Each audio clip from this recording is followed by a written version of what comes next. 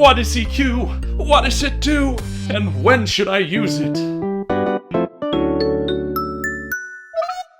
Alright, that intro might have been a little over the top, but EQ is super duper duper important, so don't forget it. EQ is the process of adjusting the level of amplitude of specific frequencies to achieve a clear and balanced mix.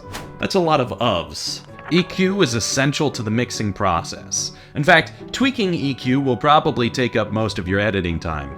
Well, that and cutting. I should preface this by saying that I mean EQ for voices and podcasting, but this also works for voices and music too. Before we get into EQ, we need to understand masking. Masking occurs when two sounds of similar frequencies play at the same time, such as the low end of a piano and a bass guitar. This makes it difficult to hear either of the sounds since they're both around the same frequency.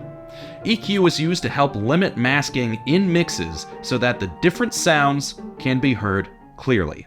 Next, I'm going to mention filters. Filters are a device that attenuates or removes a user-defined range. EQ is a special filter, and the sound is impacted by how you shape your filter. High-pass and low-pass filters, which you've probably heard of, are named for the frequencies that they leave untouched, not the frequencies that they cut. Which means a low-cut is a high-pass filter, and a high-cut is a low-pass filter. The names are just a bit opposite, so be sure to write that down. It always confused me at first. Use these filters when you need to tame rumbly low-end or shrieking high-end. They're great for cleaning up the extreme areas of a spectrum. Gain. Gain determines the amount of boost or cut that is applied. Positive values boost, while negative values cut. Additive EQ boosts frequencies, and subtractive EQ cuts frequencies. There's no consensus on which way is better. Frequency. Frequency determines the range in which boosts or cuts will occur. No matter how tight or broad you make your EQ band, it will always affect a range of frequencies. So you can't just stab into the audio and affect only a frequency. Bell filters are going to be your go-to most of the time. Use them for boosting or cutting.